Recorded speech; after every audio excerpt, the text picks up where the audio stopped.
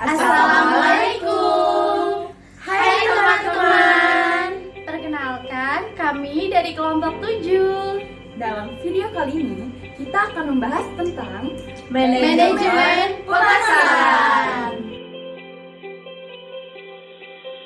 Sebelum memulai video kali ini, jangan lupa like, comment, subscribe, dan jangan lupa share ke teman-teman kalian agar menambah pengetahuan tentang manajemen pemasaran.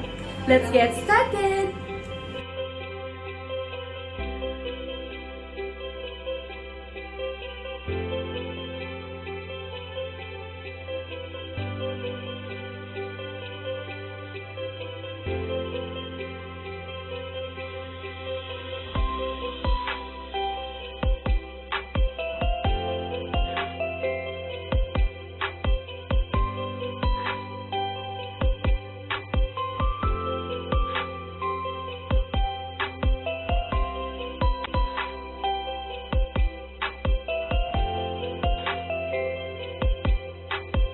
Materi manajemen pemasaran ini meliputi Pengertian manajemen pemasaran, tugas manajemen pemasaran, konsep inti pemasaran,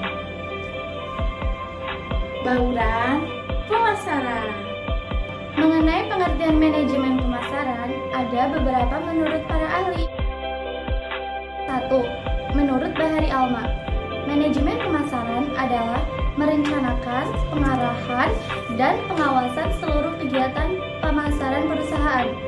Yang kedua, menurut Philip Kotler, manajemen pemasaran adalah seni dan sains dalam memilih target pasar dengan cara menciptakan, menyampaikan, dan mengkomunikasikan nilai pelanggan yang unggul. Nah, menurut beberapa para ahli tersebut, di sini kita dapat simpulkan bahwa pengertian manajemen pemasaran adalah serangkaian proses analisis, perencanaan, pelaksanaan, serta pengawasan dan pengendalian kegiatan dalam pertukaran produk maupun jasa antar bisnis dalam mencapai target perusahaan secara efektif dan efisien.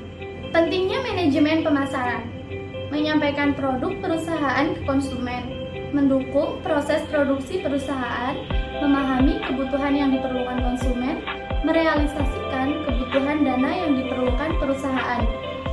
Nah, di sini pelakunya merupakan pengecer, pemasok, pembeli, ada juga perusahaan. tugas manajemen perusahaan. Agar setiap perusahaan dapat bertahan dan berkembang, maka perusahaan harus selalu berupaya untuk menjadikan pemasaran sebagai konsep strategi bisnis yang mampu melakukan tindakan penyesuaian terhadap kondisi lingkungan yang terus berubah, agar perusahaan dapat mengatasi persaingan, mencegah turunnya pangsa pasar, stagnasi, dan mencegah kebangkrutan. Secara terus-menerus, perlu melakukan kaji ulang, penyesuaian, dan mentransformasikan dimensi-dimensi perubahan, sustainable, dan enterprise untuk mendorong penciptaan nilai yang terukur bagi stakeholder. Analisis secara cermat terhadap pengusaha sangat diperlukan agar memberikan pemahaman yang lengkap yang berguna dalam menggerakkan arah bisnis dengan benar dan tepat secara efisien. Beberapa tugas dari manajemen pemasaran diantara lain sebagai berikut. Yang pertama, mengembangkan strategi dan rencana pemasaran. Yang kedua, menangkap pemahaman pemasaran sebuah sistem yang terpercaya dan memantau lingkungan pemasarannya lebih erat. Yang ketiga, berhubungan dengan pelanggan, artinya mempertimbangkan cara terbaik untuk menciptakan nilai pasar sasaran dipilihnya dan mengembangkan hubungan jangka panjang yang kuat dan menguntungkan dengan pelanggan. Yang keempat, membangun merek yang kuat dan mencoba mengambil kesimpulan berdasarkan sudut pandang pelanggan dengan cara berfokus pada pasar konsumen dan mengembangkan strategi positioning. Yang kelima, membentuk penawaran pasar, artinya menawarkan produk perusahaan yang berwujud yang mencakup kualitas, produk desain, fitur, dan kemasan. Yang keenam, mengantarkan nilai kepada pasar sasarannya, nilai yang terkandung dalam produk dan layanannya. Yang terakhir, mengkomunikasikan nilai melakukan komunikasi yang tepat sasaran kepada sasaran nilai yang terkandung dalam produk dan layanannya. Di dalam manajemen pemasaran, terdapat konsep inti pemasaran. Konsep inti pemasaran merupakan gambaran bagi perusahaan ataupun produsen untuk menentukan serta mempertimbangkan barang atau jasa apa yang akan diproduksi dengan berorientasi ke pasar.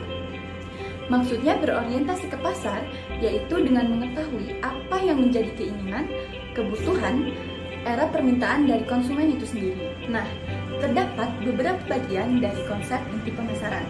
Ada kebutuhan, keinginan, permintaan, produksi, utilitas, nilai, kepuasan, pertukaran, transaksi, hubungan pasar, pemasaran, serta pasar. Komponen-komponen ini sangat penting, di mana ketika tidak ada satu dari konsep inti pemasaran, maka tidak akan berjalan. Karena ini merupakan hal terpenting dari pemasaran itu sendiri ataupun hal yang terpenting dari kegiatan usaha. Di sini saya akan menjelaskan satu persatu mengenai konsep inti pemasaran. Pertama, need atau kebutuhan. Kebutuhan adalah suatu keadaan dirasakannya ketiadaan kepuasan dasar tertentu. Jadi, yang dimaksud kebutuhan adalah bagaimana manusia ataupun produsen bisa memenuhi hajat dari manusia itu sendiri, di mana kebutuhan ini tidak bisa digantikan dengan hal yang lainnya seperti kebutuhan fisik yang meliputi makanan, sandang, dan lain sebagainya. Adanya aktualisasi diri, rasa aman, serta apresiasi. Ini sangat penting karena menjadi objek serta prioritas manusia untuk bertahan hidup. Yang selanjutnya yaitu wants atau keinginan. Keinginan adalah kehendak yang kuat akan pemuas yang spesifik terhadap kebutuhan-kebutuhan yang lebih mendalam. Jadi, ini lebih ke pemenuhan harapan atau hasrat dari manusia itu sendiri. Biasanya, ketika kita mengetahui di era sekarang ini lebih mengedepankan keinginan dengan tren, karena mereka lebih mengutamakan gengsinya seperti adanya pemenuhan keinginan dalam bentuk barang-barang mewah dan sebagainya. Ini sangat penting juga bagi pemasaran, karena sekarang ini lebih diprioritaskan bagi manusia itu sendiri. Ketiga, demand atau permintaan adalah keinginan akan produk yang spesifik yang didukung dengan kemampuan dan ketersediaan untuk membelinya. Di mana demand ini jadi lebih muncul dari konsumen itu sendiri yang mana memiliki daya beli atau kemampuan membelinya. Ada production atau produksi, yaitu suatu kegiatan merubah input menjadi output yang mana melalui proses yang telah ditentukan. Jadi, ini merupakan adanya pembuatan suatu produk ataupun output yang ketika kita mengetahui dan sudah mengetahui apa yang menjadi dasar kebutuhan, keinginan, serta permintaan, maka produsen bisa menentukan atau melakukan produksi dari ketiga komponen tersebut. Produksi ini melewati beberapa proses sehingga dapat lebih menghasilkan output yang telah dibutuhkan atau yang telah diinginkan oleh konsumen itu sendiri. Ada juga exchange, yaitu pertukaran. Pertukaran adalah tindakan untuk memperoleh suatu objek yang diinginkan dari seseorang dengan menawarkan sesuatu sebagai ganti, yang mana kita lebih mengetahui adanya permintaan dan penawaran. Jadi, pertukaran ini adanya barang serta adanya nilai yang segan harga tersebut. Selanjutnya yaitu transactions atau transaksi. Transaksi adalah perdagangan nilai antara dua pihak. Transaksi ini merupakan satuan ukuran dari pertukaran. Jadi, transaksi ini adalah komponen bagian dari pertukaran itu sendiri, di mana ketika adanya produsen dan konsumen, maka produsen akan memberikan barang dan konsumen pun akan memberikan nilai yang sama dari itu dengan barang lagi. Yang mana kita ingin mengetahui dengan sistem barter ataupun dengan uang, akan tetapi memiliki nilai yang sama. Nah, saya akan melanjutkan konsep inti dari pemasaran. Yang ketujuh ada market relation atau hubungan pasar. Adalah praktik membangun hubungan jangka panjang yang memuaskan dengan pihak-pihak pelanggan, pemasok, dan penyalur. Jadi maksudnya di sini adalah adanya kerjasama antara produsen dengan ketiga komponen tersebut. Dengan adanya kerjasama, maka itu saling menguntungkan dan saling membantu untuk proses jangka panjang dari pemasaran itu sendiri. Yang kedelapan ada utility atau kegunaan. Adalah daya guna yang dimiliki suatu produk yang diproduksi. Maka konsumen itu pun akan mempertimbangkan apa sih kegunaan dari produk yang telah dibuat oleh produsen, karena kegunaan ini menjadi poin penting penentu dari produksi itu sendiri. Yang kesembilan ada value atau nilai, adalah elemen hasil pertimbangan yang didasarkan pada keadaan mutu serta kualitas dari barang dan jasa yang akan atau sudah dinikmati.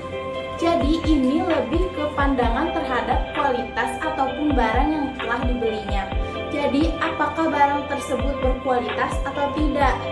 Tapi era sekarang ini konsumen itu lebih mengedepankan kualitas, yaitu salah satu alasan bisa bertahan dalam jangka panjang.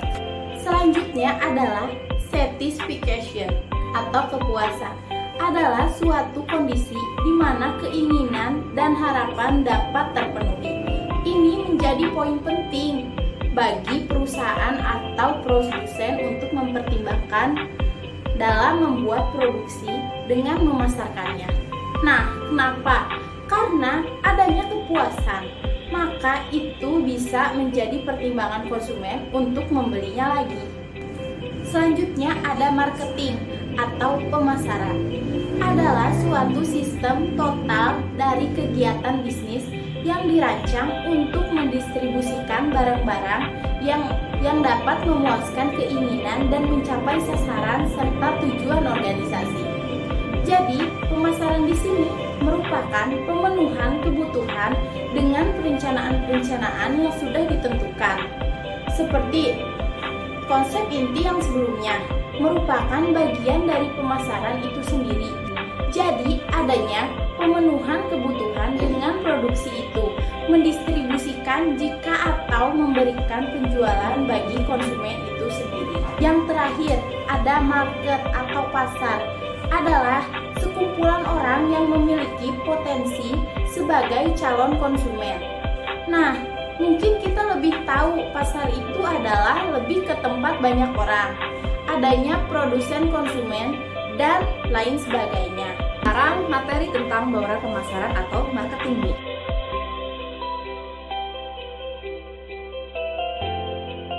Pengertian menurut Kotler and Armstrong yaitu perangkat alat pemasaran taktis yang dapat dikendalikan, produk, harga, distribusi, dan promosi yang dipadukan oleh perusahaan untuk menghasilkan respon yang diinginkan dalam sasaran. Atau secara sederhananya adalah kumpulan dari beberapa variabel yang dapat digunakan oleh perusahaan untuk dapat menghasilkan respon pasar. Nah, artinya ketika variabel-variabel ini ditetapkan, harapannya terjualnya produk yang dipasarkan oleh perusahaan di dalam pasar sasaran. Nah, mengenai variabel atau komponen dari marketing mix ini, yang paling populer digunakan dikenal dengan istilah 4P. Pasti 4P itu? 4P itu adalah produk, price, place, and promotion.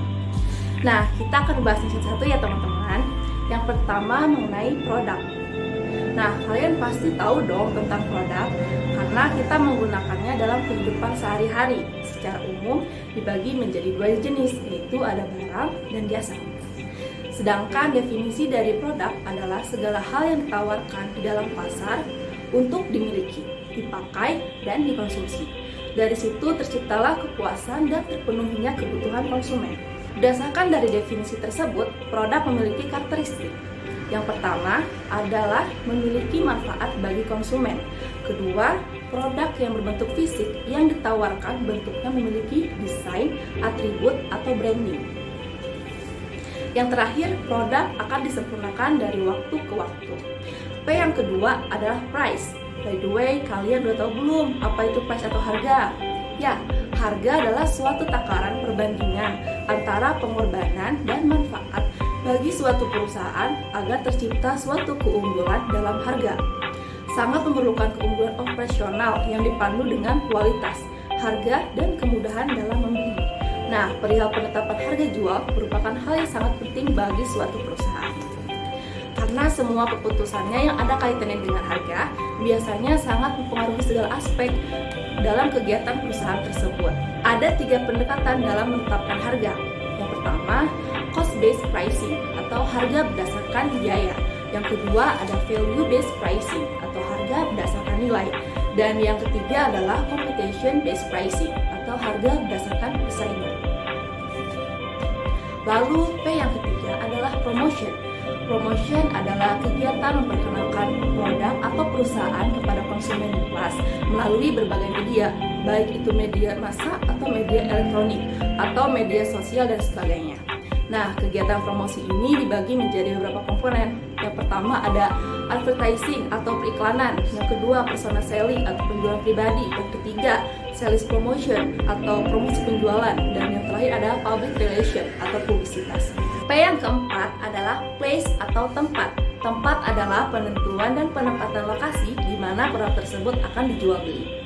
Kalian harus memperhatikan apakah lokasi tersebut cukup strategis agar bisa dijangkau oleh konsumen. Keempat variabel marketing mix ini yang dikenal dengan istilah 4P sangat penting bagi jalannya suatu pemasaran produk.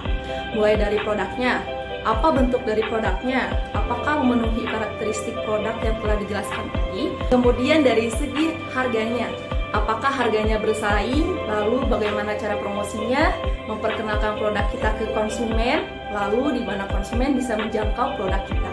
Nah, itulah penjelasan 4 komponen dari marketing mix.